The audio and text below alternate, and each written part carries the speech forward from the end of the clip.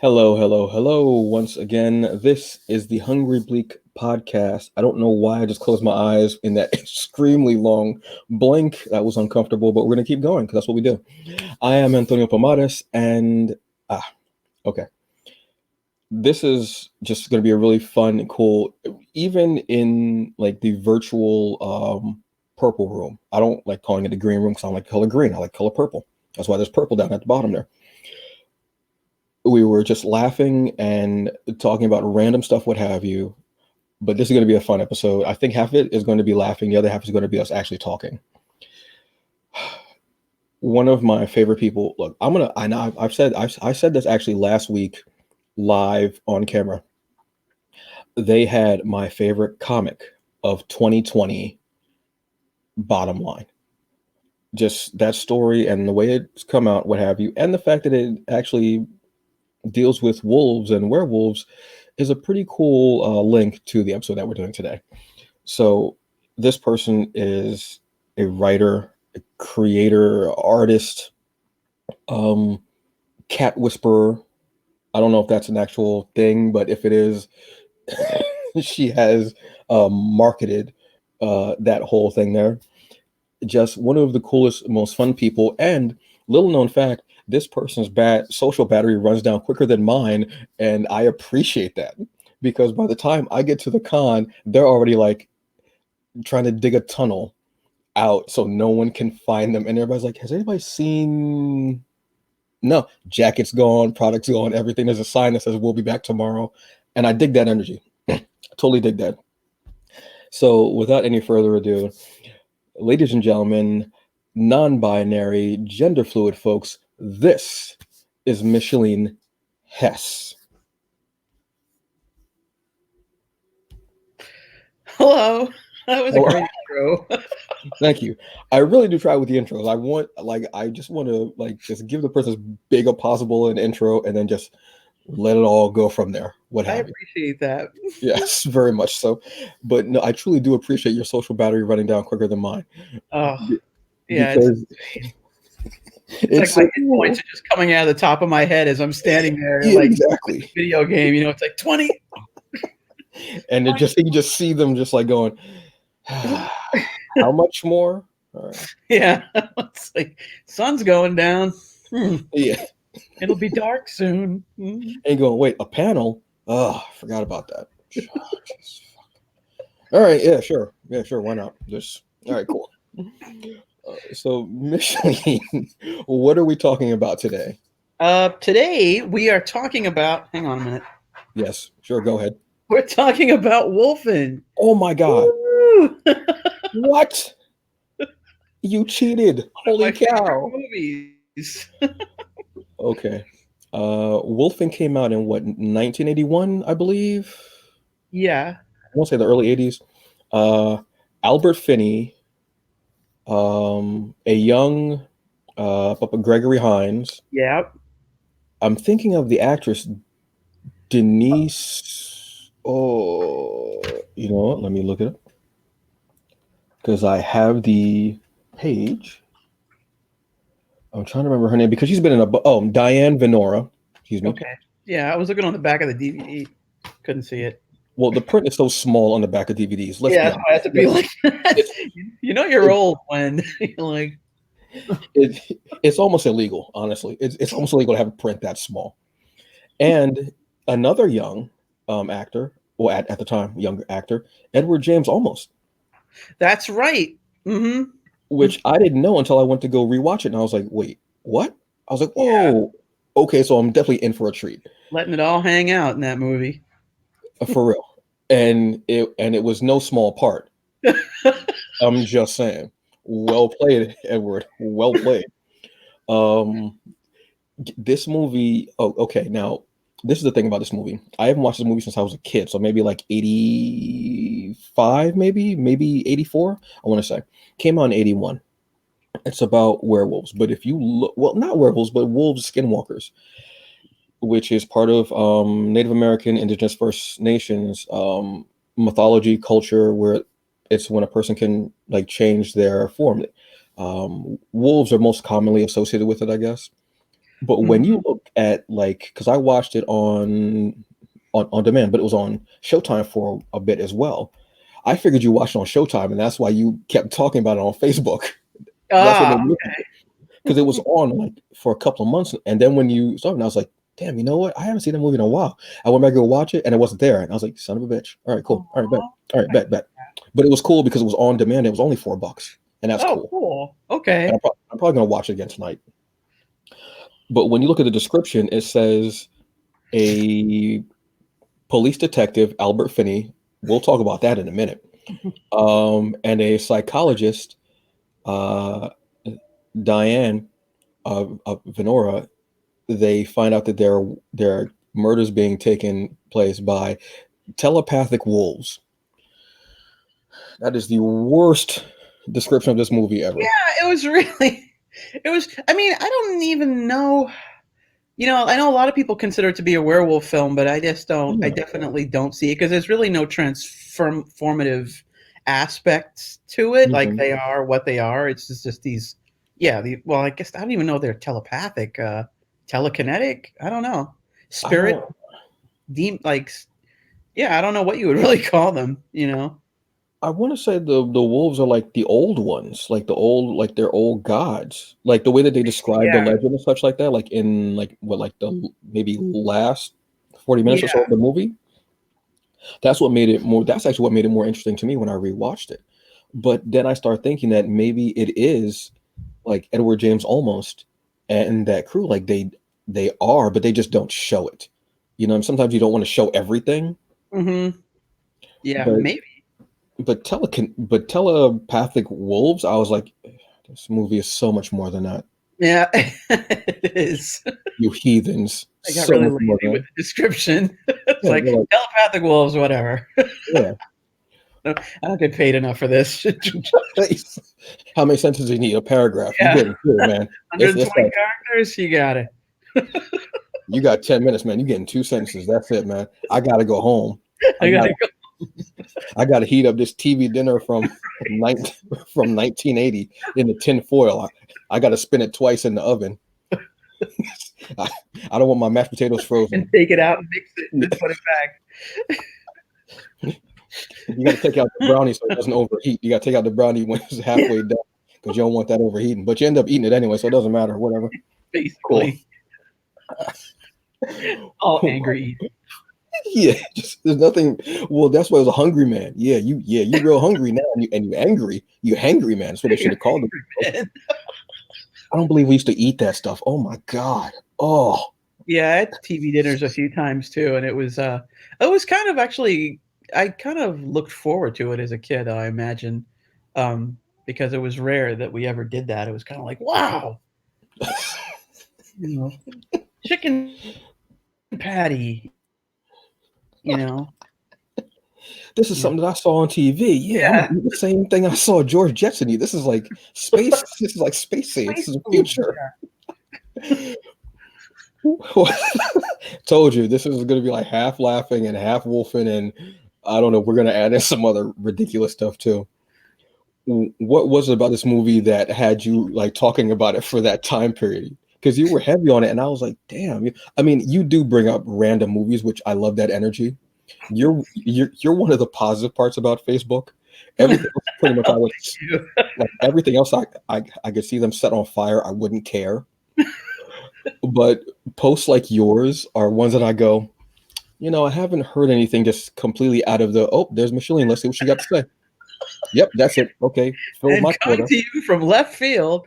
Um, yeah, I mean, I like movies from that era a lot, which is why a lot of people who all know me also know I talk about Chud all the time. Just Oh, because I love movies that are from that time period, specifically in New York too, because it's kind of gritty and mhm, dirty and grimy. It's like old New York, mhm. pre gentrification, and I don't know. There's just a really high nostalgia factor for me with that. Although I can't really remember the first time I saw Wolf, and I remember seeing the commercial as a kid, and they're talking about, oh, they can, hear a cloud pass overhead, and I was like, wow, this is out of my league, man.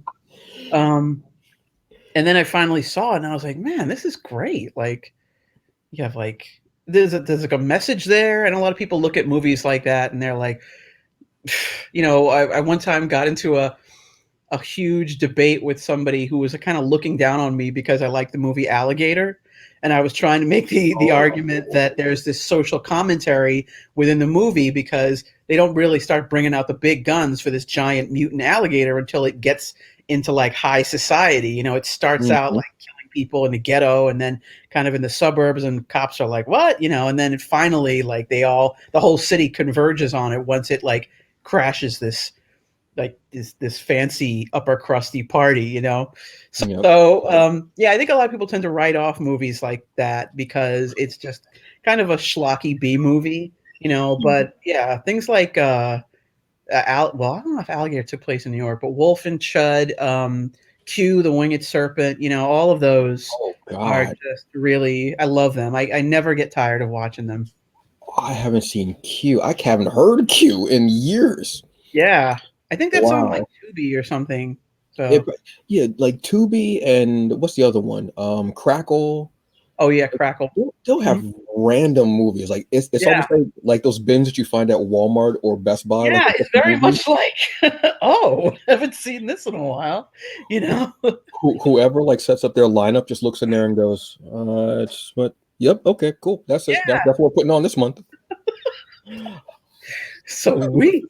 Yeah, so I love, like, the fact that it takes you to all these different places. You're in New York, you're in the Bronx, Hmm. you're in, Central Park area, you're in downtown, and, I know that they said the technology they use, the effect they use for like the Yes. Wolfen Hmm. vision was like a whole new thing. It had never really been done and was very kind of current at the time. Hmm. But I was especially fascinated by the South Bronx, like that. All the camera shots of the wolves, like from the POV shots running through just the wreckage and the ruin, and I was like, "What the hell is that? Like, what happened?" Yep. And it really got me into researching the history of the South Bronx and like trying to find out what happened because I was just like, wow, that's a real place in the city in like contemporary times, you know. Hmm. And yeah, it was just a perfect storm of like crappy B movie goodness. Yeah, I remember when I saw the commercial for it on old wood panel TV. That you have to But get up to change. yes, unfortunately, um, that the image that caught me was of the wolf jumping through like the glass mirror. Oh yeah, yeah, yeah, Like yeah, that's in the the scene office that building. yeah, because they kept showing that scene, which I guess was their big budget scene. I'm Yeah, yeah. supposing. I Like, don't. are the wolves ready? Yeah. Are they hungry enough to sniff him? All right, Yeah. great. Get the All milk right, bones out. Okay, go. exactly. It's like that was a scene that got me, and seeing like when they were outside, like all their eyes, and then it being almost like doubled because they you could see them in the glass and it was reflecting. Yeah, yeah, That yeah. got me, and also just the term wolfen because it was different because I hadn't heard because you've heard wolf, like werewolf, but I'd never heard the term wolfen, and that stuck in my head too because it was such a Yeah. different term. Never heard it, and w- watching it earlier, I'm watching it, I'm like, wow, okay, this could be yeah, considered like one of those '80s B movie. This is something that you'll see on a weekend Mhm. back in the '80s Outside, on WPIX or yeah. Right. WNYW before it was Fox and CW and WB when it was just the call letters. Yep. They didn't all have names. Channel You know, 9, like at 11:30 at night or oh my something. God. I think they Yes. had 9 all night on Saturday, or you could, Oh what was yeah. the other one that was oh, it was on cable, Night Flight. Like, it was the kinda thing you might see on Oh Night. yeah. But when I look at it now and I'm like, wow, there's so much in there. There's so much good, and then there's some stuff that I was like, all right, you just had a really good part, and then you gonna throw this in there. But it's the perfectly '80s thing Yeah, to do, so you can't really you just go, yeah, okay, cool. I think that that imaging thing that they were doing, I think this was the first movie to do it. yeah. And then I think the second one was Predator, but Predator gets more accolades for it Yeah, I because it think was maybe they later. refined it. a little bit Yeah. more too, you know? It was like heat vision. I don't know how much it was heat vision with the I mean, I don't really know exactly what it was, but yeah, I Mm. think that Wolfen kinda did it first, and Yeah. it probably used a lot more equipment, you Oh yeah. know? Oh yeah. They definitely went through some some definitely burned up some equipment with that because Yeah, they were like like on the because they bridge, you know? oh yeah, exactly. The first like one of the first scenes we get is Edward James Olmos on top of the bridge swinging. I'm trying to remember what the name of it is, but I know at that time it was something that was kind of big as far as if trending was a thing back then. I Oh, remember that being something that was seen and talked about in TV shows at times. I can't oh, remember what it was, but it was like this instrument, like when you like, like twirl it around, it makes almost like this whistling humming sound. yeah, yeah. Um, but if you look at it like that's like almost like the wolf, like howling and calling the other wolves together. Like I just started thinking about, it. I was like, maybe I'm getting too deep into this. Maybe I'm like in the peyote and I'm just getting too deep into what's going on in this movie. But I was loving it, and it reminded me of like them like looking down on society and having to fix things because they did look down on us as being the quote unquote savages, Yeah, such like and that. yeah, I mean, they also I know he was, you know, he almost was supposed to be playing a Native American person, um, Mm, but you know that they did a lot of the work on the steel. That was true. They did a lot of the work on the mhm. buildings and the bridges and things like that. So starting it from the top, I think he was like at the peak of was that the Brooklyn Bridge? I think. I Um, want to say yes. Yeah. um, yeah, like I think it's a great way to start the movie. It's very powerful, you know, and then Hmm. the other guy is there with the pigeon, you know, and releasing it. It's very almost like ritualistic, you know. Yes. Yes. And he's like feeding him from his mouth, Yeah. like almost like this bond with nature kind of Yeah. thing. And then you go down to, you know, down to earth and Yeah. buildings are being destroyed and demolished. So, a rich white man can grab up land and kick everyone out and such, which Mhm. is still, this was made in Same old, 1981. same old. It's 2021 now, and it still rings so hard and so true. And if you look at it, you can look at this character and you can think that he kind of reminds you of someone who was in a political position a few days ago That's and who's true. gone. Yeah.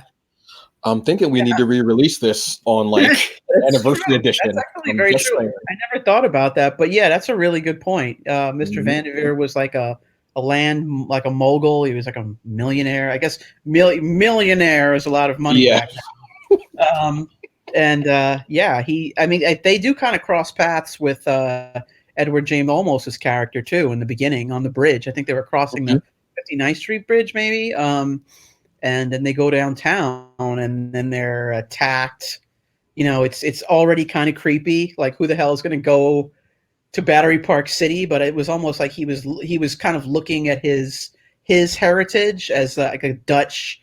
You know, his last name was Vanderveer, like the Dutch. You know, involvement in the creation of New York City and the taking of the land or the stealing of the land, you know, from Native Americans and building it up and kind of casting them out, pushing them back. So, you know, while he's reveling in that, like the Wolfen show up and they attack his guard too. Of course, Yeah. I heard in the book it's a lot better because in the book apparently this was a phenomenon that was taking place all over the world. But yeah, I guess it only happens in New York in the movie, you know, and already it just starts out it's so spooky, you know. Yeah. Well, no, because they said maybe like I think an hour into it, they said that because Gregory Hines' character comes in, and he was like, this is happening in other places, and he was like Detroit, I think he said Maryland, like some other place where it was happening. Well, here in America anyway, like there were these similar deaths Yeah, but were they happening. chalking that up to, like, a terrorist group, or did they really know, like, what it was at that point? You know, because I don't think, Gregory Hines knew like, he was kinda messing around a little bit, you know what I'm saying? Like, they Yeah, were he was. staking out the building at one point, and he's, like, eating chips, you know, and, like, you know, into the guy's headphone, and then that's when he, like, you know, it got real for him, you know? But it was I don't think that he knew because this was before they knew like Wolfen Yeah, was involved. But I think that them even saying that was, I guess, their way to they're nod not. maybe Yeah, for saying this is going on. But it made it better for me because I was like, so it's happening all over. yeah, But they didn't get into like a global thing like that. And I did forget that this was made after a book, yeah. which makes it even more interesting. Um, but just yeah, that beginning of that scene and Edward James almost, and then this Van. The way first off, the security guard's the worst security guard ever. He He's like are you for strolling real here? around 800 feet away from them. Okay, so it's not just me. Thank you. He's like all over here. Like Over here. first off, he looks like he has a Temptations tribute band on the Yeah, weekend, and he owns like five, and he owns like a chain of barbecue joints around like Memphis. This dude and like security guarding is just like his side hustle. his side hustle. Like this is his passion, but he's really into. But his business is barbecue It's like and Mo's barbecue and foot massage, and the security is like his side thing. yeah. Oh my God, thank you. Because he's all over everywhere else. And I don't remember seeing a ring on his finger, first off. I think it was on the hand that. Well, yeah, I'm not sure. I wasn't really looking at that point. Yeah. Yeah. But he's like way over there. And this is the most silent wolf to this is like a stealth wolf to just, but I guess because it's skinwalker or such, what have you. Nobody hears anything. Nobody hears anything. And at one point, and this was something that does, you have to kind of call it for what it is, but it's looking at him between the slats on the bench, like one of the park benches, and the Mhm. slats are like 3 feet apart. So it's like, how could you not see this thing? Even the dog, because there was a dog in the car with Yes. him. The dog was like, peace. And he just like ran off, you The, know? the dog tried to warn the dog was like, I don't think you should. No, you should. You know what? I'm Yeah. gonna see y'all later back at that house. Get back in the car. Yeah. I'm not. You know what? You know what? F the car. I'm out. I'm not gonna. No, I'm not sticking around here. The dog knew because the dog got halfway out. Was like, this doesn't. No, this is. I ain't never smelled a dog like this before. Yeah. Yeah, this doesn't. Are y'all sure y'all want to be out here? No, First he was off, out of there. when Yeah. he ran off into like the woods or something like that, I saw the dog. Yeah. I was like, that's a perfect representation On of what Staten people Island should be Ferry. doing. He was like, see ya. Yeah. Just waiting. Just waiting. And then like after like they discover the bodies and such like that, we see Albert Finney waking up or something like that, and then he's jogging. Okay, He's dying, yeah. I have so much bullshit to call on this. First off, I don't know Albert Finney. He's passed a few years ago. I didn't know him as a person, personally, obviously. I don't believe that he ever jogged. Um, Yeah, but he was like a rundown cop. Like he was a yeah, burnout cop. You know what I'm saying? So it kind of makes sense. Anyway, he only had to jog like 20 feet. You know what I yeah, mean? And then yeah. he's like It at the really. payphone, and the dog comes up to him and is just like, "What's up?" And he's like, "Beat it." He really was mad at the dog. I was like, come on, Albert, that's not right, man. Come on, that dog didn't do nothing to you, bro. And just seeing like the '80s fashion, the headband, and this is a young Albert Finney, which we don't see very often when you think of movies. Yeah, You think of yeah. him being like, Sweats on. He had sweats. yeah, he had sweats. Now, He was now this was before like sweatpant print and everything. So you you're not gonna get good sweatpants. This is just regular '80s sweatpants. This isn't like joggers print sweatpants. So don't get excited, everybody. You're not gonna get print. I'm just saying. You're not even gonna get the back either. You're Yeah. not gonna, No, not not with Albert Finney. No, you're not. You're not gonna get any print. no. Except that sweat print that was on his chest after he was done running those 5 feet, which was 5 feet with the headband. Yeah, that was pretty yeah. awesome. And he just run and I thought for a second that he was just gonna have his accent, but he kind of Yeah, yeah. He kind of like took it out. yeah, but it popped up in one scene and I was like, wait, never mind. He's You like, I know what? understand. His throat was ripped out. Yeah, he did, and I was like, Aha. so you guys just didn't even bother trying to redo that scene, huh? You were They're done. like, It was like it's 5 o'clock somewhere, guys. We're yeah. out. Let's do Oh, this, come man. on. Um, Yeah. but So he's a he good actor. catches the. Yeah, he's an excellent actor. Oh, he was an Yeah. excellent actor. Yeah, I know he this had is like what problems with yeah. alcohol and stuff. Yeah. But then like then he's from there. I think he had a beepers, Oh my and so he yes. ends up getting a helicopter downtown because his boss told him to fly there because he's like, how am I going to get there? Um, and it was there that he met Gregory Hines' character, and Yes. he was he like a coroner? Like I never understood that because Yeah. he was there with the body, but then he was at the stakeout, so it's just like multi tool kind of detective. You Well, know, like this is one of like those 80s kind of things where, they just and put him. even done now sometimes where like they like will help out the cop, like it's like this buddy cop thing where Yeah, you have no business being on the stakeout, you have no business holding that gun either, because your first thing you did right. was you went and showed your ass, you mooned him while he was looking through that night scope, you unprofessional, you unprofessional mofo. I loved Gregory Hines though. Dude was amazingly talented, incredibly He was, talented. yeah, and you know the thing that I really liked was that I don't think I'd ever seen a character quite like that because Mhm. but you know, if you first of all, when Albert Finney shows up, he's like blasting his music at this Yes. at this murder scene. He's just got his music playing. All the other cops are like, yeah, fucking asshole, and They you really know. are.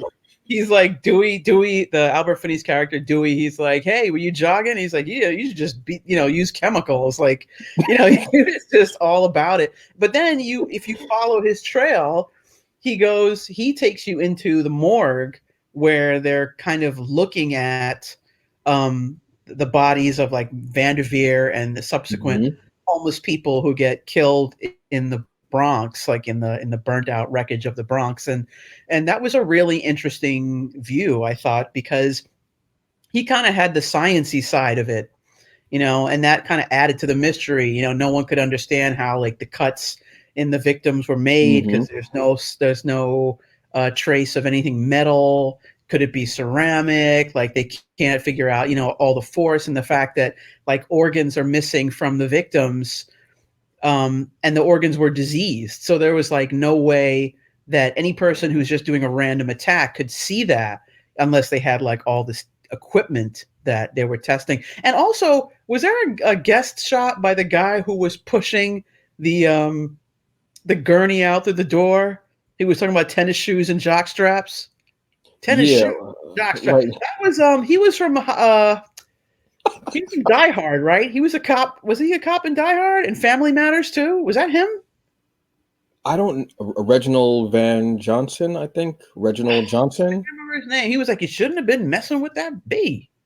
I don't think I don't think that was him. The dude looked like him now, but I've only ever seen him play a cop. I'll be honest with you. I've never seen him play anything else but a cop. Huh.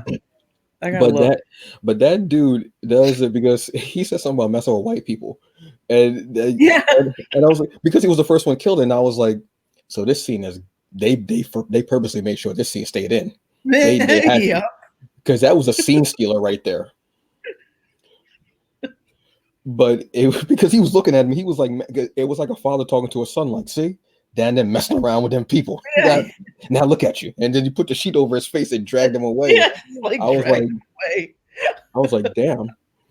But you make a great point about Gregory Hines because we hadn't really seen very many people of color, especially a black person, being sciency like that, and having, but not like still being, Himself. Like, himself, but yeah. being able to talk about it, like the science and everything, saying like, when something metal, goes through skin, what have you, leaves particles. There's no metal in here. There's nothing here. So what would have made that? But still being able, still having that mini boom box blasting, telling Blasting. him, telling a police officer openly to take drugs Yeah. instead of jogging.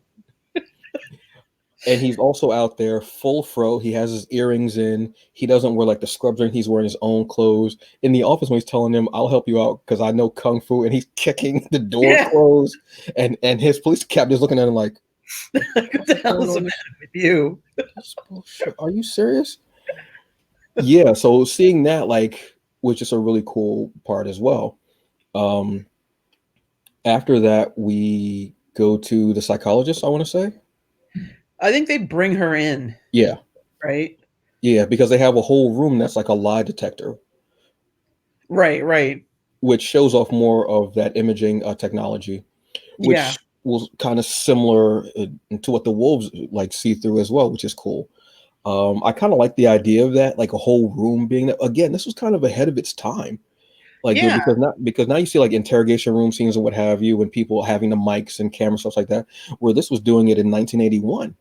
yeah. So cool stuff. Yeah, yeah. They had all that equipment, yeah. Hmm. That was like some NASA level kinda stuff, yeah, they thought it was like a terror attack, Hmm. thing that had been perpetrated upon, Mr. Vanderveer and his wife at the beginning, so they were grilling this woman who kinda seemed to know, but then she didn't know, but then maybe she knew. It Yeah, was kinda you couldn't really be sure what her connection was. What was their group? Gotterdammerung um, or something like that? something Um, like that. Because she said, "Oh no, it was us," and the minute the thing went off, he was like, "She's lying. She has no idea what's going on. She's no idea." yeah, she's He lying just through it. completely discredited her for everything in life. She has no idea what's going on. She's she's She's lying lying. through her teeth. Yeah. She's a total liar. And she's a total liar. And that's not her hair color. She's a liar. Yeah, A total right. liar. Whatever. Her shoe size is not 7. She's a liar. Her Just eyes get are out of here. actually brown, not gray. Yeah. Yeah. She got contacts. Everything was good, yeah. Yeah, and then they go to the Central Park Zoo, um, Yes. and, they're talking to, what's that guy's name again? Tom Ferguson? Noonan. Yeah, Yeah. yeah, he played Tom. his yeah, his character's name was Fergie. I think they called him Fergie. Yeah. Um, and he was also in, Manhunt, I think it was Manhunter. By He's It been was in directed by Michael everything. Mann. He played the original Red Dragon in the Yes. movie Manhunter, and that's I think where they also first introduced Hannibal Lecter, but of course he was played by Yep. someone else. Yeah, Um, he's also really Brian. I'm trying to remember the guy's name. The actor. I think his name was Brian something or something Bryanson. yeah, I want to yeah. say, Oh shit! Stop. but I can't Sorry. remember. Oh no, that's fine. But Tom Noonan, I love seeing him pop up and stuff because he's always awesome, He's always and awesome. he's one of those character actors that when you see him, you go, "Oh wow," but you don't know his name. I only know his name because I looked it up. I'm gonna be honest with you. But when I see Yeah, I him in forgot a her now. So yeah, but when I see him in a project, I go, "Oh yeah, cool," yeah, because he yeah, you actually know him. yeah, Yeah, because he actually was also on Hannibal. right. Yeah, that was a brilliant callback. They brought him back. Yeah, exactly. Which I have to finish that because that series is it's god Yeah, I oof. got to the end of season. I got to the end of season 2, I think, when Hmm. everybody just got trashed. I think it was, or season 3. Anyway, No, no. That was at the end of season 2. And season 3, I started season 3, and they actually tell you what happens to each person after that. Oh my god, I still have to finish it. I can see myself rewatching it like 5 more times. It's just such an incredible series. Honestly, it's just because of the way visually and the direction and it's just yeah, it's oh beautiful. god. Yeah, it's how do you do and it's a perfect horror thing that you don't really think is going to be horror because it's Hannibal Lecter and the suits and everything like that. What have you? I could The do meals. another I would totally go to a dinner at Hannibal Lecter's house. I don't give a fuck what he puts on there. I would eat. I would go. I would dude like go. the way he's cooking It's and if just you like ask him so good. oh well what is this his name was George. Yeah, yeah, right. It's like bacon wrapped cankle for you. Sure. Yeah. But then you go George, oh, is that thyme? Oh my god, Yeah. oh my, I like you have a little bit of a oh sage in there. Yeah. yeah, and you infused it yourself like you did that. Oh my god, it's wonderful. And Yeah, you they didn't put a lot of work into the process, you know? the process is beautiful, and he still wears his whole suit, and never gets a drop on himself, and never gets Never a gets drop. anything. Yeah. That boy is clean. That boy is not no apron. He's like, and he's tying it up, and the juices fly and everything. He's got the knife. Everything is immaculate. And Everything, yeah. when he cooks, he then puts on his jacket and serves it to you. Yeah, It's all one stop shopping. This man is efficient. I don't care what anybody says. He is and he's got, like, efficient. good booze that he pairs it with, like Yes. yeah. And he tells The you, and it's whole always experience. like the perfect atmosphere. He has like, and it's always winter for some reason. It's always cold. And Yeah. you got the fireplace. It's always snowing outside. It's like the forecast is going to be snow tomorrow. I think I'm going to have a dinner party. I think I'm Like, going to but have a it's dinner party. summertime. Oh, It's well. like, not here. Not here. Wherever the hell you are, yeah. Yeah, like what's yeah, like what city did it even take place in? I don't Hannibal. remember at all. Um, yeah. Damn, I'll have to look that up, honestly. I'll be real. Um, yeah, so Wolfen. So he plays the like an animal, like a zoologist, and he's Yes. at the zoo, and they come to him because they're like, could it be a wolf? And he's just, team wolf. So he's like, no, it And couldn't then be. yeah, and at this point you still don't know that there might be something else going on because they never show you what's happening until like the very end, which I loved as well. I love that fact of not seeing it. So you're thinking, well, this guy's kind of awkward. He's a loner. He knows all about these animal stuff like that. Of course it's him. Let's throw this big red herring in the pot. Let's fry it up and Yeah, see if you like it. right. Let's feed this up to you. And which Tom Noonan I think has done for his whole career, and he does it wonderfully, where he plays that character, and he has this weird, quirky humor to him as well, and Yeah, stuff. And he's like 9 feet tall, so you notice him the minute he right. walks in the room. You're like, that's got to be the guy. It's got to be the killer. He's tall. It's got to be there. It's Him, got to be yeah. him. Got to be him. Doesn't like people really. Yeah, Lives with his exactly. mom. Yeah. So like him, and there's a scene because he rides a, I want to say it's a moped. Yeah, yeah, yeah. Okay. Okay, which I can't remember last time I said moped. I'll be honest with you. I because that was something that was big like in that time too, like 80s, maybe early Yeah. 90s, maybe. Oh, yeah. Yeah, Yeah, 80s, definitely 80s. yeah. You know what? Even maybe Mopeds before scooters. yeah, like even maybe even 70s, but I Definitely in think the it had a different 70s name in too. the 70s. You know, um, but I guess in New York you have to have somebody riding a moped. I guess that's Yeah. part of the like contractually at that time you had to have somebody riding a moped. Now it would be like a city bike, but back then it was like a moped. Right. So, Or one of those um, Revell scooters. oh my God, yes, Yeah. yes. Yeah. But he's like on his so he like tries to lure the wolves out. That was always something that was a little weird to me. He like calls Until, in a fire, but there was no fire. yes, So then the yeah. fire engines come, and when they go off, like the wolves start howling when they hear it, and he's just like, "It's you." And I don't know, it was weird. It was almost like this sort of grizzly man kind of thing where because he loved the wolves so much, like he thought that somehow they would like welcome him kind of. No, it But then he didn't. finds himself like in the Central Park. That's the last place you want to be, man. In the 80s in Central Park, Yeah, like yeah. bushes and the trails on Hmm. a moped that's kind of like, and yeah. It was Yeah, the way he got knocked off that moped. yeah, That was it wolf. somebody with like a 2x4? One of those wolves had I, like a piece of like a crowbar. What was that? It was like whack. the wolf was just waiting for him, like in the corner, just waiting, like just getting his shoulders up, ready, like because the paws are like this. That's why I'm holding it like this. And if it's Yeah. for those of you that are watching the video, this isn't going to help you audio listeners, but the ones who are watching the video, like I'm not trying to mimic sleep or prayer, like this is how because they're paws. So they're wind up the shoulders and they swing. He got knocked. I was like, how fast was that wolf going when it took him out? I know it's just a Now, moped. He couldn't have been going more than like 5 miles an hour. But I guess he was trying to move because at one point he yeah. heard like growling and he was like, "Uh oh." Hmm. So yeah, and then even after that, you see Albert Finney show up at the park, and there's like this dude. I think it was on the same moped because it was later on, like really Yes. early in the morning, Oh no trying to. no. Oh no no. This is after that ridiculous and nonsensical '80s sex scene. Oh, Uh yeah, the wolves were all like, yeah. Yeah, the wolves were like, and the sound. oh, Oh, like he was liquidy. Yeah, that was gross. I don't I normally like the sound. I don't like that sound. That was I was like, oh, I don't want enhanced senses anymore. I don't want poor Wolverine. I don't want any of this. I don't want. That was like endoscopy sounds. Oh my god, it Ugh. was. Oh, all right. So let's. I have to describe the scene because first off, we get a young Albert Finney as your leading man and sex like symbol for this movie. That's a sentence I never thought I would say ever in my life.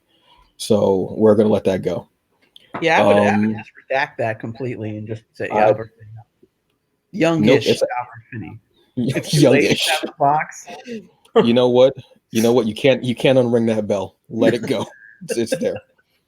He goes over to the psychologist's house to see how she's doing, what have you. They give that 80s look, and next thing we know, he's in the bathtub and she's pouring Hennessy. She's pouring Henny. And I was like, oh, that's was expecting that. But he came over there because he was spooked. Oh yes, yeah, yeah, yeah. He came over there to see spooked because he had his gun, I believe, and everything, like his little snub nose revolver, like nice special. And that's not a euphemism. It really was a snub nose revolver.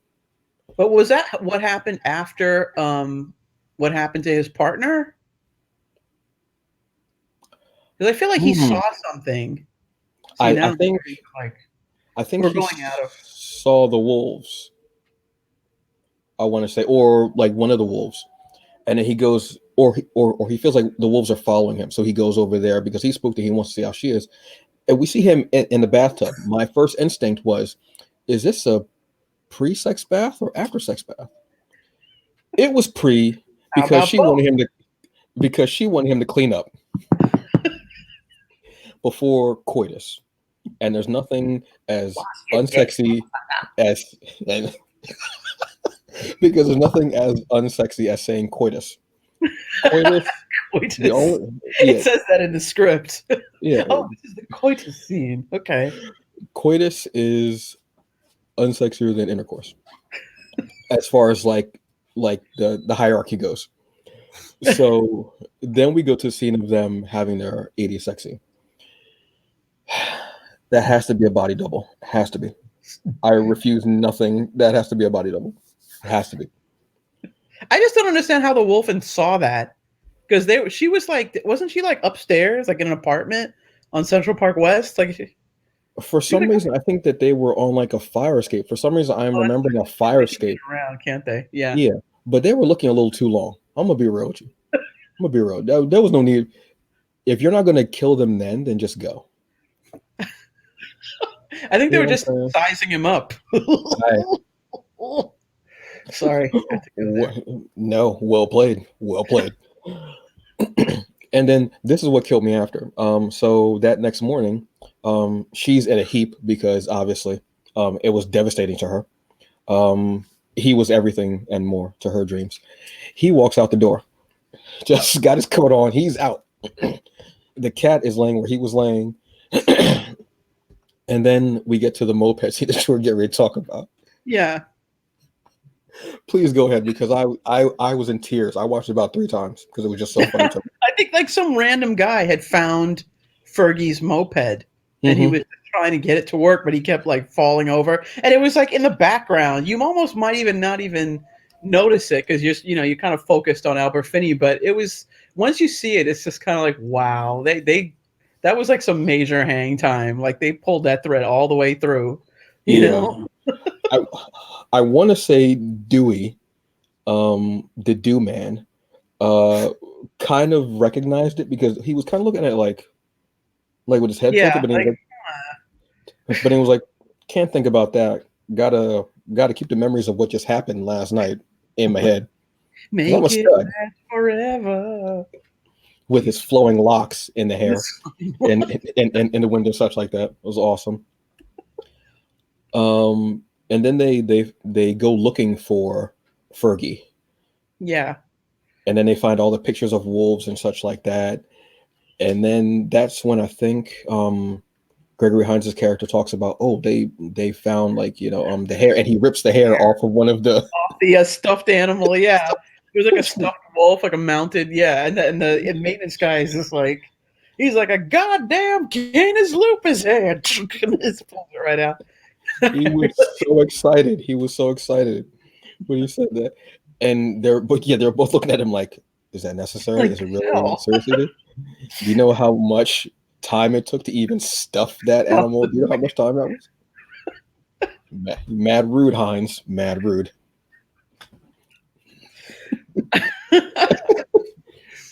Yeah. So then they find out Uh, that it's a wolf, but then they're like, well, a person and a wolf in a fur coat. That's what Fergie thought. It was like it would be a human wearing hmm like a fur, not an animal, not a wolf, because he kind of revered them as these sacred creatures, like Edward James Olmos and his crew did.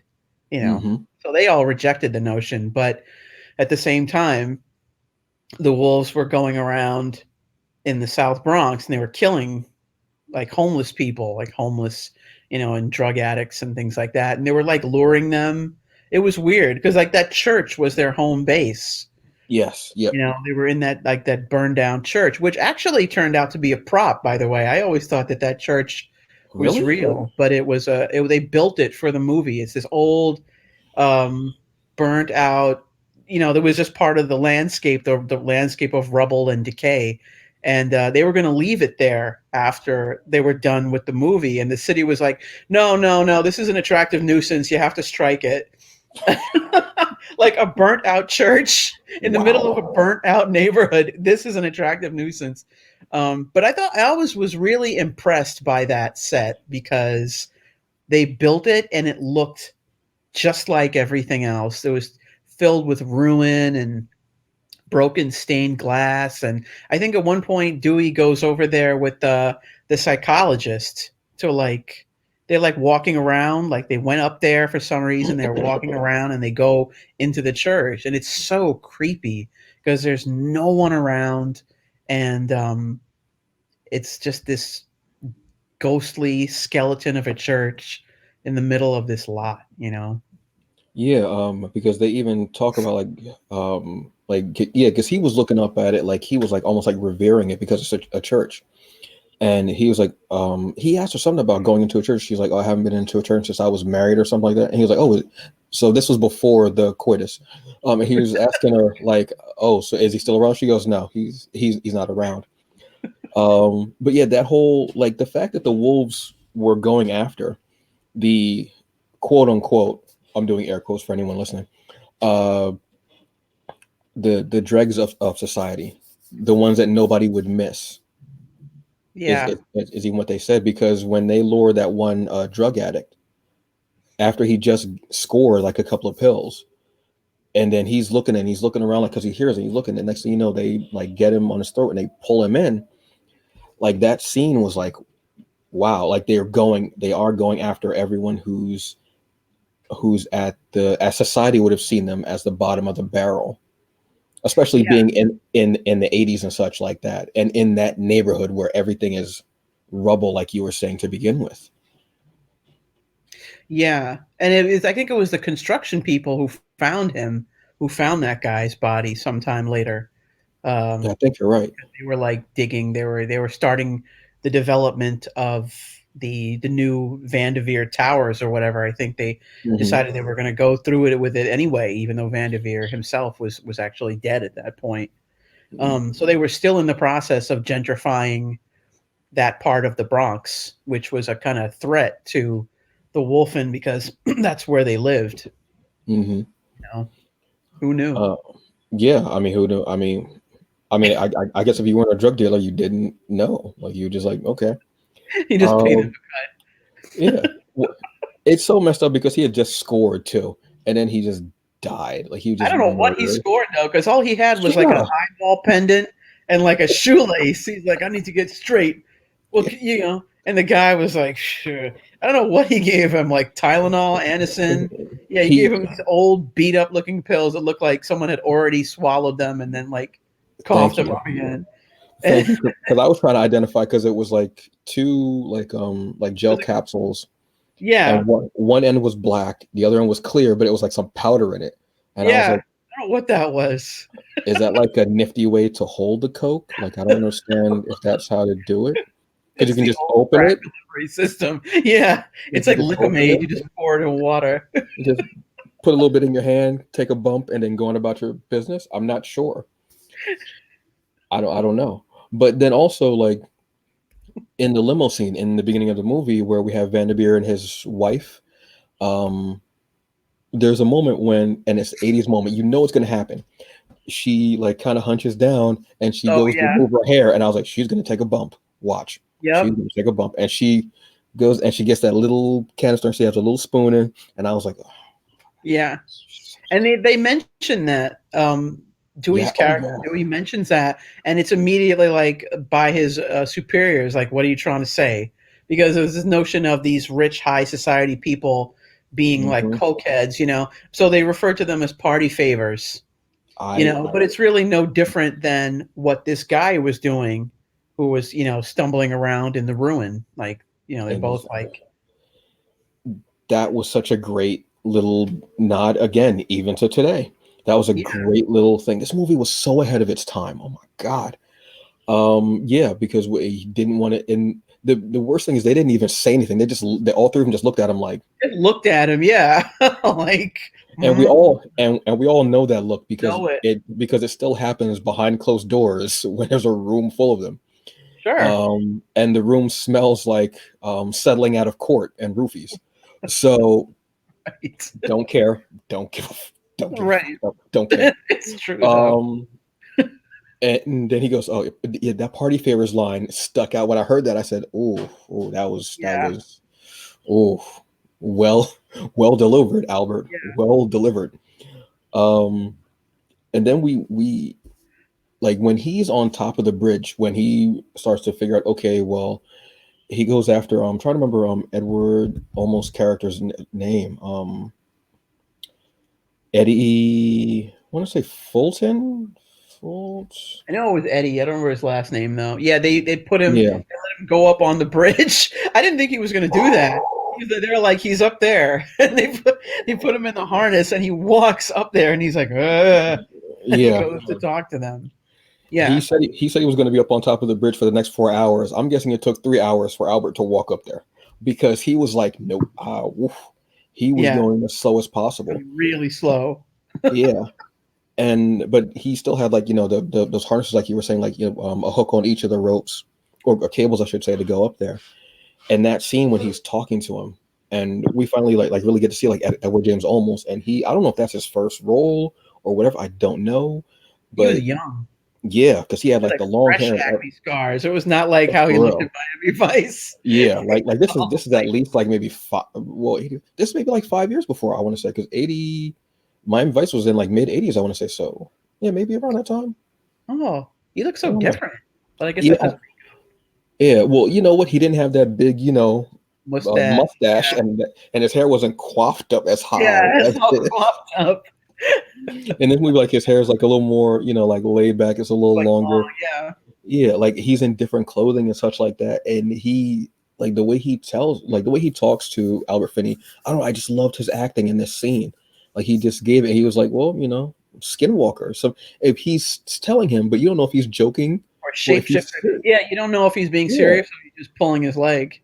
yeah. And I love that ambiguity, like because you're sitting there going, I got like I don't know. And then he's like, well, and he leaves him up there and he's like, Yeah, he's just like, that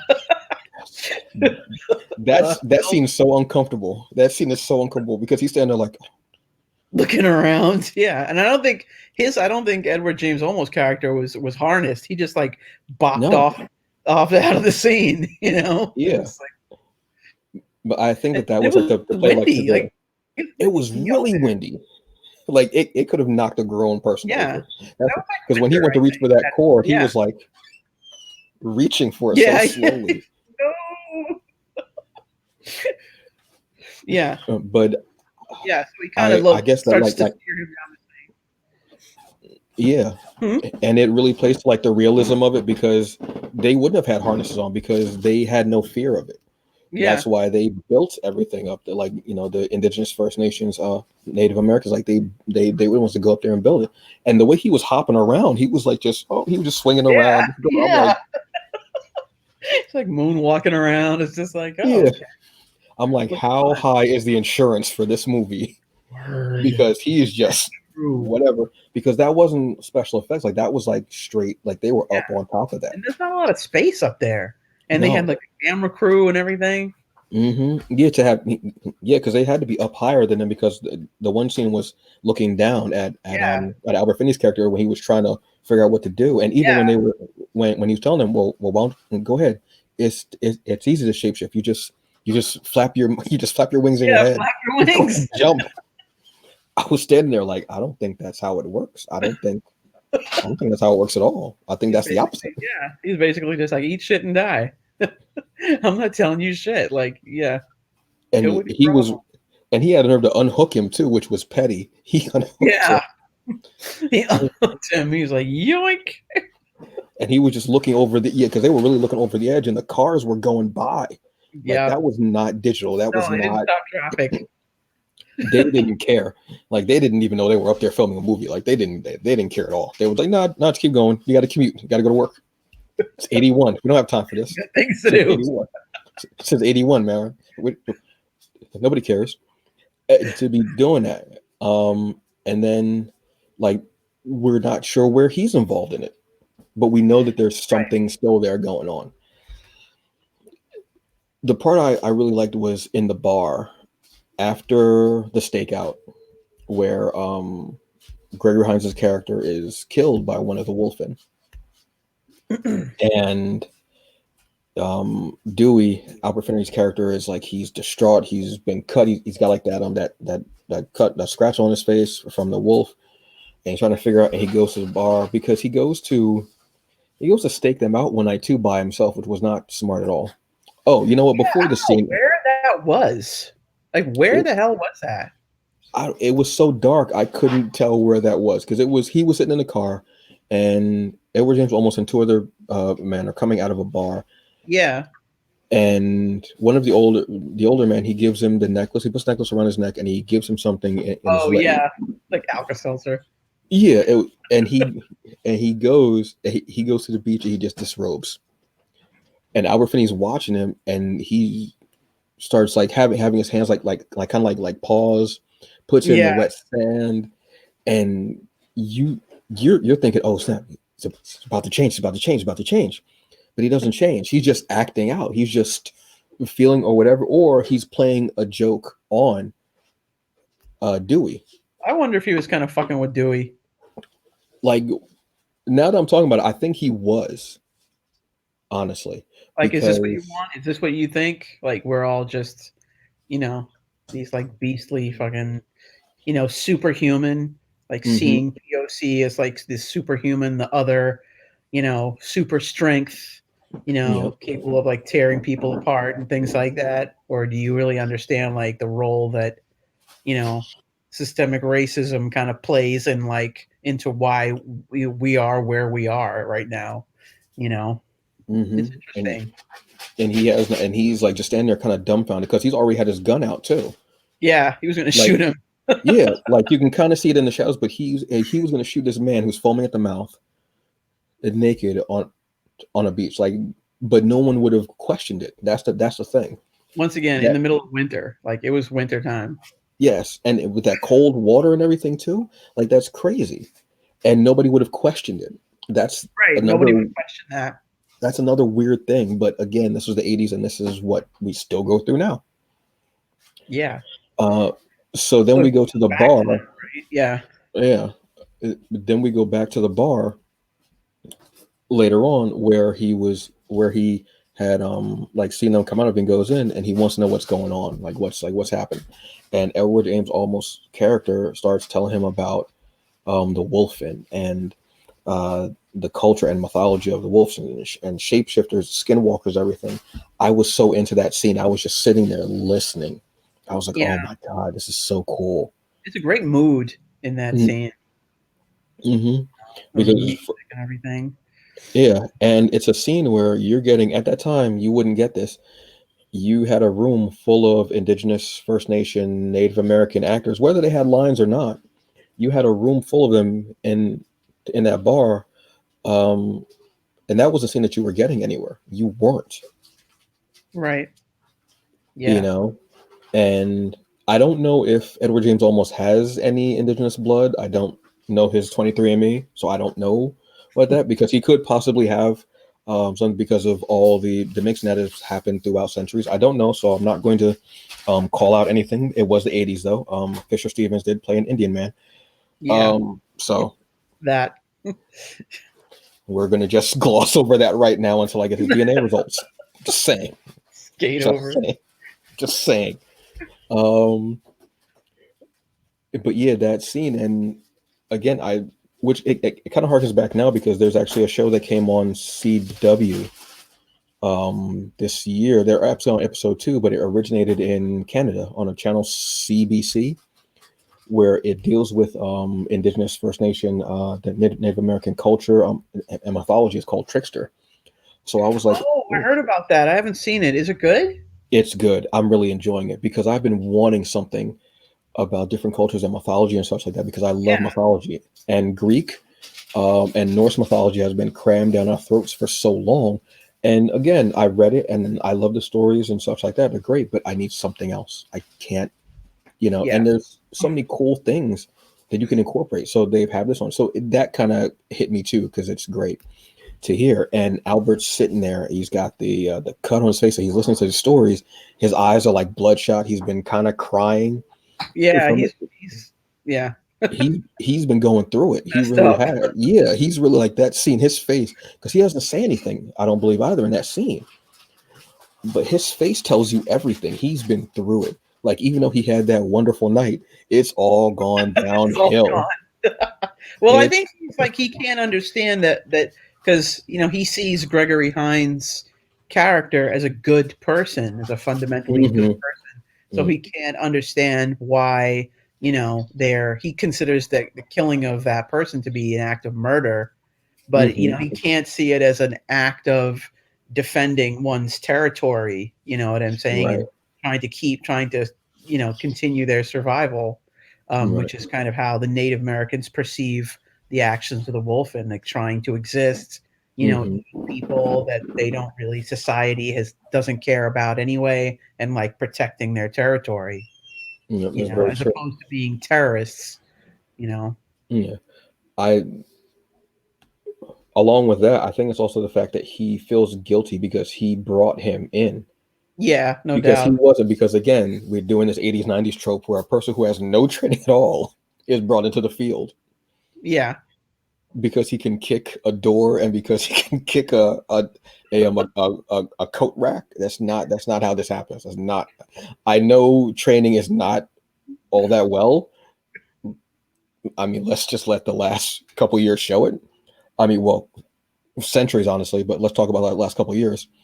But yeah, I think it's that of him not understanding that, but also that fact of he brought him in and he feel and because he told him no, I'm not going to take you, and then he was like, yeah, take me. He goes, okay, all right. And then the fact that he sees him moaning him and he knows he's not taking it Taking it too as seriously, yeah. seriously because he's out there joking around, giggling. Chips into the microphone. Yeah, which is it's just oh, Gregory, we miss you so much. Oh my God, so awesome. What do you say? Um, Black Moon over Manhattan? yes, and like my head was turned when that scene came up, and I was like, I heard it, and I was like, wait, what? I turned around, and I was like, all right, fair, all right, Oh, all right, that's fair, Gregory. That's fair, Gregory. We're gonna let that go. yeah, yeah. So I think that was definitely a shift for his character hmm to kind of realize that he wasn't dealing with something that was necessarily earthbound in the mundane sense. You know. Yeah, and then for like I think because that was the last killing I want to say before. Well, it was last killing before they go to the building. Yeah, before they go downtown, because then his Yeah. supervisor is like goes into his car. I think they meet the supervisor down there, the chief, Yes. Yes. and he gets his, which Yeah. is Because really then messed up. it. You know what? That actor. Like this is another thing that I loved about this movie is you saw all the actors you haven't seen in years, and then you want to try and look them up to see if they're still here. Yeah, I don't think I he's still don't think. Yeah. I because don't he was think. already kind of up there. Yeah. But you see like they're all standing and they're talking, and then you all of a sudden you finally get to see them, and you see all these wolves, and you start hearing Yeah, them growl, and like there's even one one on comes top up of the out of the car. subway, Yeah, like they're just coming out of everywhere. I think they were downtown near like Trinity Church. I think yes, that's kind of where they were, and yeah, and they all just kind of appear from everywhere, and then the supervisor, yeah. So he tells the supervisor, "Don't move," because at this point he like kind of understands hmm how they think or what sets them off or whatever. Don't think about reaching for your gun, right, and Yeah, and I think that's when he loses his grip, so to speak. Yeah, and he loses his head over the matter as well. That's what I did. Yeah, they rip his head off. I was like, wow. But it's also a great callback to when Gregory Hines' character was talking about when characters were when back when they were Back being in like beheaded. the yeah, Yeah, with the guillotine, and he was yeah. like, they were still blinking, trying to talk.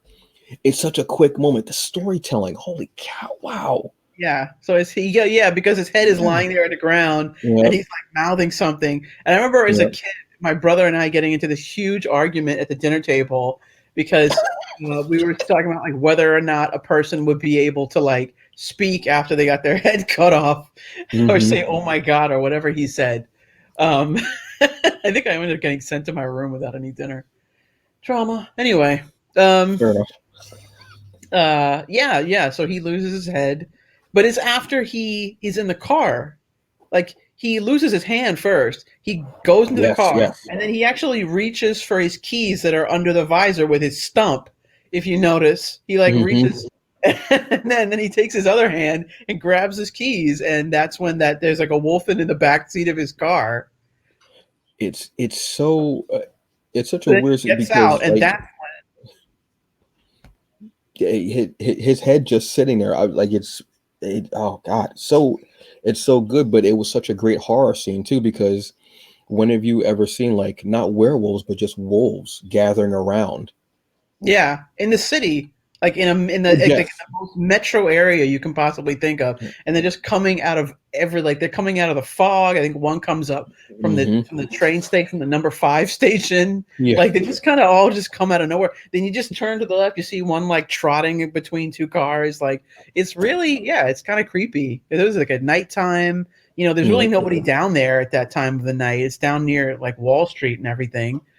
It's Hmm. dead at night, so it's like dead at night, it's dark, it's spooky, and there's like wolves coming out of everywhere. It's really Yeah. great look. Like they picked a Yeah. great location, and then after the guy's car blows up, it's just like, wow. Yeah. Like the car. Well, you know what? Come to think of it, this was another thing. Okay, so this whole like scene takes place after Albert Finney goes up to the office of um, uh, Vanderdeer. No, the car blows up before because that's where they run to escape. They're like, yeah, he grabs the psychologist lady and they run into the building. Oh no, no, they ran into the building twice because before this is when his supervisor comes up and he has that wolf skin, and he throws it on him, and he goes, "This is who was doing it. Like it was somebody wearing this wolf Oh, skin." oh, right. Yeah, you're right. You're right. You're right. Yeah, yeah, that was first. That scene is so weird because okay, he couldn't have just said, "Hey," he snuck up on him and threw the wolf skin on him. You're not a very good supervisor. I think I need Just to to call be a HR. dick. Yeah. I need to call HR immediately. I have some issues, which is so weird. And she's with him, which is weird also, but what have you. And he's looking at the development and everything like that. And he picks up the silver hard hat and he picks up the silver shovel. And that yeah, and like you were saying, that's when he's starting to figure things out. Yeah. Why they attacked because he wasn't a dreg of society, quote unquote, but he was taking land and he was using land that was not his. Yeah. So that thing, and they leave the wolf skin in there, which is supposed to be evidence. Wait, you still haven't, this person still has to go on trial, Right. have to be They just left arrested. it there. You Like, just left your key piece of evidence that you just said in the building. I think you're getting a demotion. I think you're going to be doing um the the beat. I think you're going to be flat foot for the rest of your career, dude. I don't know how many like Dr. Scholl's like you're gonna need in them shoes, man, but you're gonna be on that beat or at the desk, one of the two. That threw me off because I was like, okay, you threw evidence on him, so now it's contaminated, which is weird. And you couldn't just say, hey, I'm here, but what have you. I think that was just the '80s. You know what I mean? It had to be. But when I say, wait, where's that evidence? Dude, where's that at? And it's still up in the office. I'm Oh, it's like, so back at the building. so Somebody he's gonna call go it in. Uber. Yeah. We got to go So back downtown. so he's not going to be arrested and double jeopardy. So okay, fair enough. Got away with murder. It's fair. Yeah. So then they run back up there, and it's starting to click even more for Albert Finney's character, which is great. The fact that he's starting to figure it out. he hasn't said anything out loud, I guess because of the shock of his supervisor's head being ripped off, but he still hasn't said it out loud like this is why they're attacking. They're in the elevator, which Oh, that elevator, God. it closes. They're still holding their little snub nose, still Yeah, holding it. but then And again, it's like closes he again. blew up the car with that gun, like which Yeah. classic '80s. He like Oh assumes the god. stance, and he's like blam blam, and the car's like kaboom with this tiny pea shooter. The marksmanship in the 80s was Off the astounding. chain, like he must have hit Was the gas tank. was astounding. So many marksmen in the 80s. Wonderful. Never missed a shot, except when they could get the shot when they were shooting at a car, but never when they were in a shootout. You A empty a person, whole yeah, empty a whole clip. All you've hit is wall and boxes. You've heard crates. You've hit nothing else. nothing. Yeah, And then when they get up to the office again in the elevator, they're standing in between the elevator, holding each other, and he's holding the door. I understand you just went through something traumatic. This is not the time. This is not the time, bro. This is not the yeah. time. Seriously, get your ass in there. Get get your shit together. Put your game face on, dude. Get your game When you face go. on. Reload your pistol. You know. Exactly. I don't know why that scene was just so funny. And then they get in there and they think they're kind of safe, but then she's like, Dewey. You start seeing all the wolves show up again. And like again, I'd say it's magnified because of the reflection and the Yeah, those like characters glass, but fine. yeah, like mirrors. So yeah, it was really 80s, but pretty Very. 80s. Yeah, You know what yeah. I mean? Like they really Very didn't care cozy. about safety. They No, really didn't care about safety. there's a lot of glass in there. Yeah, that's really glass. But there were going to be no kids in there, so it was fine. So Right. whatever. But there was glass. That glass dust was all over the place. My God. Oh, jeez, horrible. Whoever had to Whoever clean that cleaned that shit up, just like cut. All right, clean up. go go get the dirt devil and clean off these wolves. These fake wolves. Go vacuum up these these loops. Lack these suckers up. And the Yeah, wolves come they in. all come crash in there. Yeah, Yeah, it's like what 4 or 5 wolves are yeah. there. Now I don't know how they got up there. Well, they can like teleport, right? Because I mean, they teleport everywhere. Like they Yeah, yeah, yeah. teleported That's true. so they could look into that woman's apartment while they were doing it. Yeah, I get. Yeah, I guess if you could teleport for coitus, you can teleport to get up there for that. Yeah, I guess. I don't know. Maybe I'm thinking too much, but I'm just really getting into this movie more and more and more. I think about it. It's just really, really cool. So they've got their guns on the wolves, and the wolf. It's like this stalemate, and you seeing it through the wolves' eyes too, because they have that imaging again. And when they're about to attack, or they feel like their enemy's being aggressive, the person shows up as red. Red. Yeah, yeah, right. And then Right. But yeah, but then if they don't, it comes down to like a gray, white, silver color. yeah. He puts the Which gun down and it goes like yes, some cool color, which I thought right. was kind of neat. Which I think now that I'm thinking about it, that's kind of a statement also because the way that settlers and such like that were looking at the indigenous First Nation Native Americans, red savages, Yeah, um, white, calm, war. pacifists, Thing. let's let them go. So that was kind of a funny reverse because they saw us as being the savages and the Savages. interlopers and the violators. And then the wolves were like, and he starts figuring it out. That's they're just trying to protect their land again. They're just trying to protect their home. Yeah. And he just starts wrecking all of the models and such like that The Vander new development. um had of the development. He starts wrecking, and the wolves are like just sitting there like, oh, all right, yeah, Yeah. all right, Like, yeah, yeah, cool. uh, keep that energy, keep that same energy. All right, yeah, all right, cool, yeah. I wish you had that more energy at night when you was, with her, but all right, cool, whatever. Yeah, yeah, all right, cool. All right, cool. All right, cool. This is way better work, but it's cool. All right, cool, whatever. And she puts her gun down and she's wondering what he's doing. Again, I don't think he still hasn't said anything about why the wolves attack. Yeah. Like Yeah. he She just knows at definitely that doesn't point. get it. Yeah. Yes. And tearing the office up and the wolves, and then the wolves are still there, we think, but then all these cops come in and they just start shooting up everything, shooting up Yeah. I everything. think They they don't like have leave. jump The ropes. wolves leave. Yeah. Like the wolf Yeah. howls, looks at him, howls, and Yes, then they all just yes. kind of teleport out like just in time. And yeah, the Yeah. cops come stumbling in there, and they're just like shooting at everything. Yeah. And he's going, don't shoot, don't shoot. And like he doesn't know that they've gone, don't shoot, don't shoot, don't shoot. And he turns around and the wolves are gone. Yeah, Wolves are gone. And then we get a playback to the scene that we saw in the beginning of Edward James Olmos's character and the other two characters I think are up there as well. They're all up on top of the bridge again, looking down. They're about to start their workday again. yeah. And then the movie just cuts. And I was like, mm, okay. All right. I think they show the wolves also running home. Like Yes, they run yes. back into the Bronx and they run into their church, and that's like the last you kind of see of like the last POV shot of Hmm. them running into the church.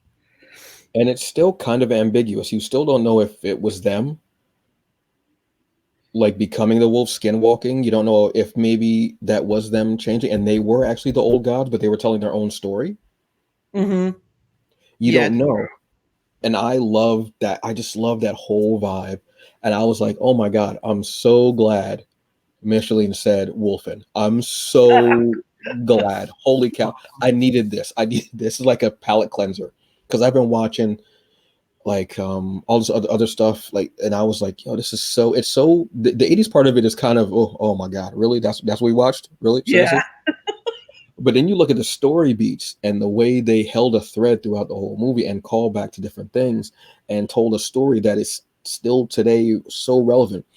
I started thinking I want to see an updated version because actually after I watched it, I was reading in Philadelphia, um, which is a phenomenal comic, uh, but it deals with vampires. But there's a story that they were doing in the second arc, like 3 or 4 pages after the main story, where they would tell the story about uh, African werewolves.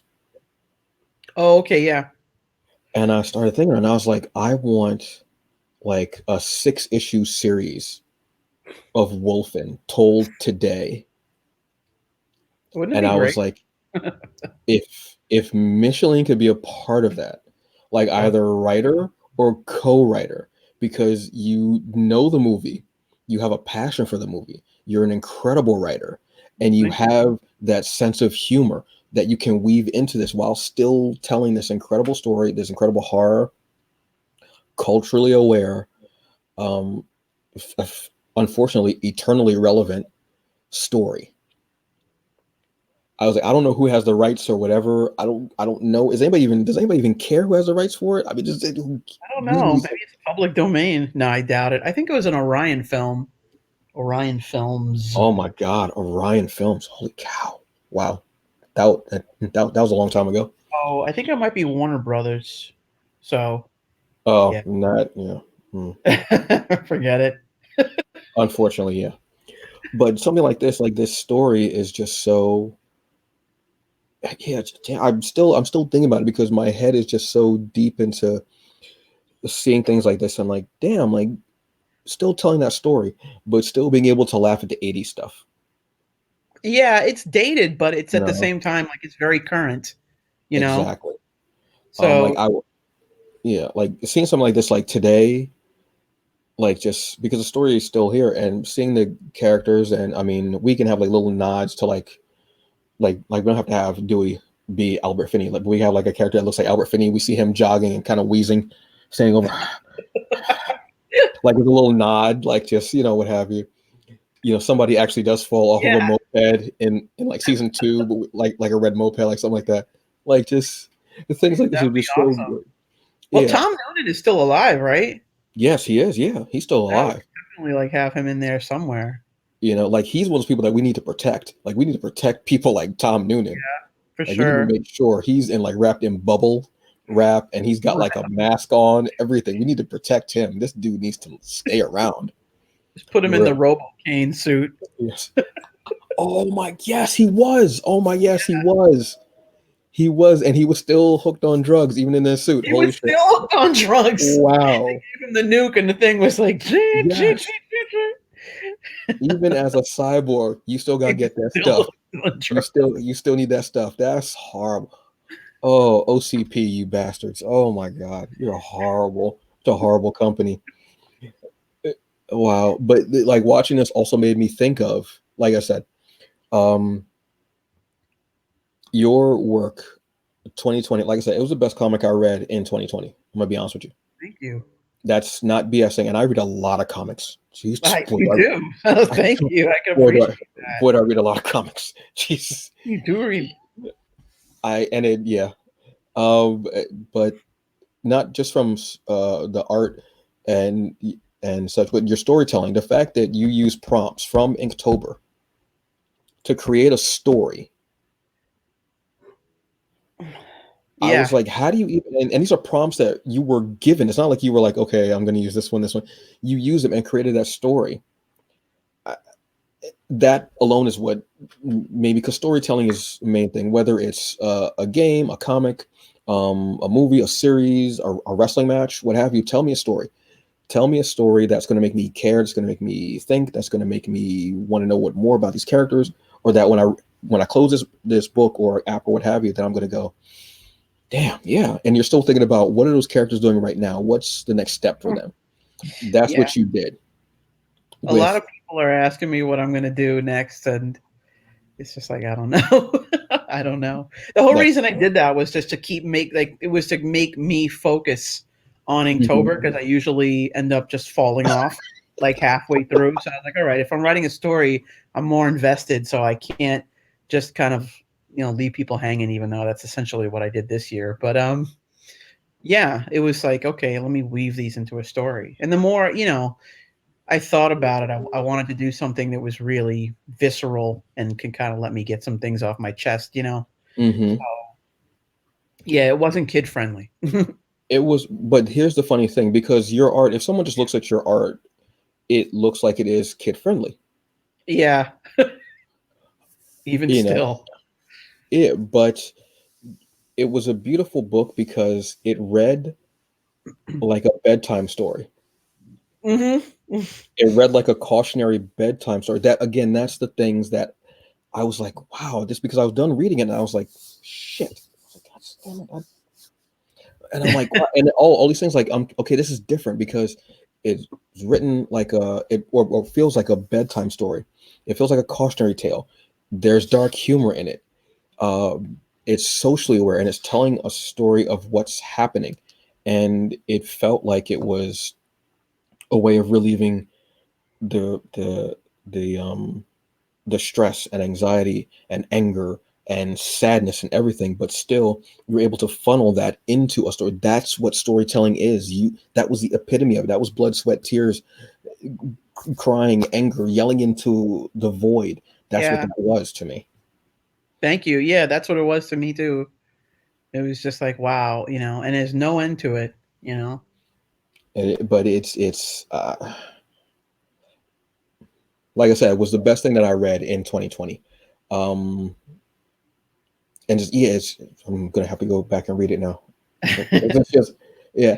Um, I was on a YouTube show last week and where I give like picks for comics for the Zion Hmm. Network, and I didn't realize that I did it with the books that I picked out. I picked out books that were like folklore, kind of fairy tale books.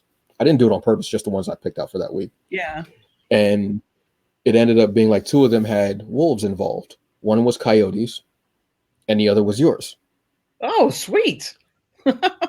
And yeah, and then I'm watching a werewolf this week, or Skinwalker yesterday, and I werewolves, and I'm like, wow, this is kind of cool. So there's like a theme, and then I read Philadelphia, and it has the werewolf story at the end, There and I'm you like, go. okay, this is awesome. This is okay, great. So it was just a whole like mishmash of things that happened that it just made me appreciate more that horror aspect too, of being able to because it's a story that has art that people say looks kid friendly, but then you have this beautifully visceral story of taking back our humanity, um, exacting revenge, not even revenge, but justice, but still getting revenge as well, punishing those Yeah, who have. just trying to kind of. Oh, sorry, trying to break up a fight here. Oh, Um, oh, Oh, Uh, yeah, I love the fact that people who are listening have no idea what's going on, and I'm not going to say anything. I just like the fact that they have the image of you break up a fight. Like, come on, come on, come on, come on, come on, break it up, guys, break it up, break it up, break it up, guys, break it up, break it up. I love that. I'm not going to correct them. I don't care. Don't care. what was I gonna say? Oh, yeah, working on some of those pages were a lot of fun too because like sitting on a subway and having someone sitting next to you while you like add the sheen to someone's intestines is really a lot of fun. Like it was a classic Karen moment, just like oh, and I'm just like yeah, make it wet, moist intestines. So Oh, like, I think I should take the next train. I'm not yeah, it's like sure. I'm gonna get off here. Not sure. But yeah, it's Liver. Oh, and I'm gonna do pancreas over here. Yeah, yeah. I'm, I'm gonna go in alphabetical order with all the organs. I'm gonna start. I'm gonna Oh, start in. yeah. I'm gonna end in A, Let end me in Z. draw some marrow over here. I'm gonna get all up in these guts. We're gonna find out what's going on all in your bloodstream. We're gonna get. Put the I'm gonna get hemoglobin into. in here. I'm gonna get into your anatomy. It's going. Yeah, it was like that. But that's awesome. And you just like you are one of the people that I thought about with these one-on-one conversations because you're very low key, you're laid back, you have incredibly ridiculous, funny, out of left field posts 1 minute, but then you show this incredible art that you're doing for either your books or for you just flexing your muscles for projects and that you have on your YouTube channel as well. Yeah. And I Sorry. just no, that's fine. That's Okay. just a random cat for anyone who isn't watching. You got to watch this because you're just gonna see random like kittens just up in the air randomly. Who knows? Who knows? She's breaking up a fight. Is it a bar fight? Is it a kitten fight? We don't know. You're gonna have to tune in, figure it out, watch it. I'm just saying.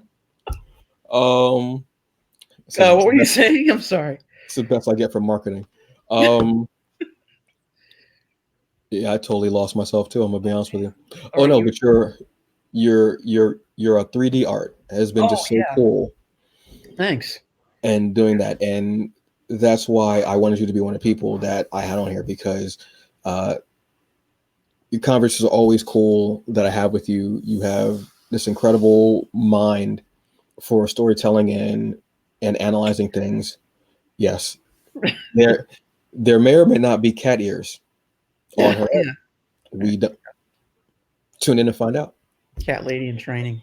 There For my certification. you go. And just I was just so appreciative and so amazing when you at first said no way, and then you said no, just kidding, just kidding. Yes, of course. I was. Absolutely not. I will not do this. So what time is it? What day is? Oh yeah, that's fair. Yeah, What that's do fair. I need to wear? That's fair. That's fair. So thank you so very much. Do you have anything that you would like your links and such like that? If you, I'm also going to post them in the actual video, but if you just want to give links and such like that for anywhere we can buy your books, where we can donate to a kitten fund. Yeah. Yes. So, like we were talking about with all this cat stuff, I took in this cat for anyone who doesn't know, and she was preggers, so she brought in some stowaways. So, I'm getting them adopted out. But there's a mess of them here. So got another one here. Please don't start. There's a Please whole don't start bunch. juggling kittens. Don't start Yeah. juggling kittens. This is If anyone wants to donate for like food or litter because they poop a lot, you can Venmo me at let's see, what's my Venmo? I can't remember it now. God damn it. Oh, it's Art by Mish. It's Art by Mish, yeah. But everything else is MichMash Arts, including my website, www.mishmasharts.com. And for anyone who isn't sure about the spelling, because at first I was like, I want to make sure I'm spelling right. It's actually on the screen here, but like I said, I will also be putting a link in there as well, so you can partake of the helping of these kittens because they are, yes, for pennies a day. You can, if you In the arms of. I'm just gonna get um for these kittens, and also to buy her books. The book I was speaking of that I absolutely love. Should have given a name. I apologize. Is A Diary of a Mad Black Werewolf. Like I said, 2020. It was my favorite comic of it because it was perfectly 2020. I don't know how to explain that. That almost sounds like I'm not giving you a compliment, but it is You're so because 2020. Oh my here she comes. Yes. Uh, s- god. She's so sm- 2020. she Oh, smells. She smells like the beginning of the 20s. I don't. I don't appreciate that at all. Like I said, it's one of the best books out there. It's available on your website. It's also available on peepgamecomics.com, I believe, as well. that's true. Digital and Print. print as well. I Mhm. have a print. Coolest thing about the print when you get one from Micheline at a con, she puts a little doodle in the front of it, and it's always like personalized to you. And that's one of the coolest things possible. That's why when I go to your table, I just buy random stuff. I'm like, yeah, I'll take these cards. Yeah. I just Oh, got you're gonna mail them out? No, yeah. I'm not gonna mail them out. No, no, and I honestly have them because the art is just cool and what have you. She's been bitten numerous times, folks. So please Yeah, that's why I'm don't feel flinching. It's bad. not like crack or anything like that. It's these guys are like under the table and they're like grabbing and like they have these little teeth and they're like testing them on everything. They're like, oh, well, They're like, so this is what happens when I bite you. Interesting. Okay, let me yeah, write this my down. forearm. I don't know if you can see all these like Oh yeah, I can. Oh, wow. cuts and scratches. It's I think they might be worse than puppies, honestly. yeah, Because possibly. I've never dealt with kittens, but puppies like their teeth are a little bit bigger. So Yeah, like it they're a little more definitely. blunt. Yeah, Yeah, so it doesn't like they'll bite you and then look at you to see if you're playing. Like kittens are just like bite you and they're like, yeah, all right, no, that's fine. yeah, I'm I'll going for it. see you in another 2 hours. I'll bite another spot, or I'll just make that wound even worse. I don't know. It depends on what I want to do. I'll see you later though. Don't worry about it. Matter of fact, I'm not going to go anywhere. I'm just going to bite your pants, the bottom of your pants, and put holes in them. I know those are your favorite sweatpants. I don't care. Whatever. Yeah, Couldn't basically. couldn't give a shit. They just don't care. So please go to Micheline's Venmo or her website, partake of some of the greatness that's there. I mean, look at these kittens. See Just that? oh my god. Say something. Come on, tell me that joke you told me yesterday. No. The cat's like it wasn't funny. It wasn't my best work. The cat's turning around. That wasn't my best work. It wasn't. She's like, "You don't speak for me." Oh, So great. that's Get your what. ass. So that well, that was the joke. That was the joke. That was the joke they told you earlier. That was it. Was that a hiss? Yeah, no, there was a meow. They are learning to Oh, like hiss and things like that, so they will like oh, randomly come at you and be like, and you're like, "Excuse me?" and you're like, oh, just testing it out. Just see what Yeah, happens. just testing it out. Just testing the water, seeing what the boundaries are. I'll be back in a bit. See what else I can come up with to annoy you or possibly love on you. I don't know. Depends. We'll see. That's yeah, that's very cat-like. That's pretty much it. Anyway, So thank you for inviting me. I really appreciate it. I'm honored to come on here and chop it up with you. I'm so honored that you said yes, as I always appreciate your work and your sense of humor and, like, say, your analytical mind of how you like, talk about things such like that. And I think it's great. And you got me to relive a movie that I liked, and now I absolutely love it. I think I'm gonna watch it again later on today. I'm gonna be honest with you, because I what might the watch hell? it again too, actually. Yeah, because I've got it for 48 hours because I've got it on demand, so I might as well, get my four That's dollars cool. worth. Yeah, yeah, Yeah. watch But the now I got security guard guy. See, he's like 500 meters from his job. and apparently, like they tried to work in the fact that he was Haitian, so they started voodoo Oh and everything yeah, like they were that. talking about like Tonton Makut, and then like go voodoo, and it's like no, you know. They talked about everything, and I was like, I'm so glad Greg is not a part of this because he would have just ripped that scene to Yeah, shreds for an hour. Which maybe, you know what? yeah. Hell yeah. Maybe it's good to revisit. You know what? Let me watch this again and throw something out to Greg. What the hell? See what happens. Micheline, thank you so very much for being a part of this. Thank you. Everyone, enjoy your day. Do whatever you're doing. Um, do whatever you can do with whatever you got because it's all that we get. It's pretty much it. That's All true. right. That's it. Thank Enjoy you, your day. everyone. Yeah. Enjoy the day. Eat something tasty too, please. Eat something that tastes real good, folks. Please do. Have a good one and enjoy it. Thank you. Peace.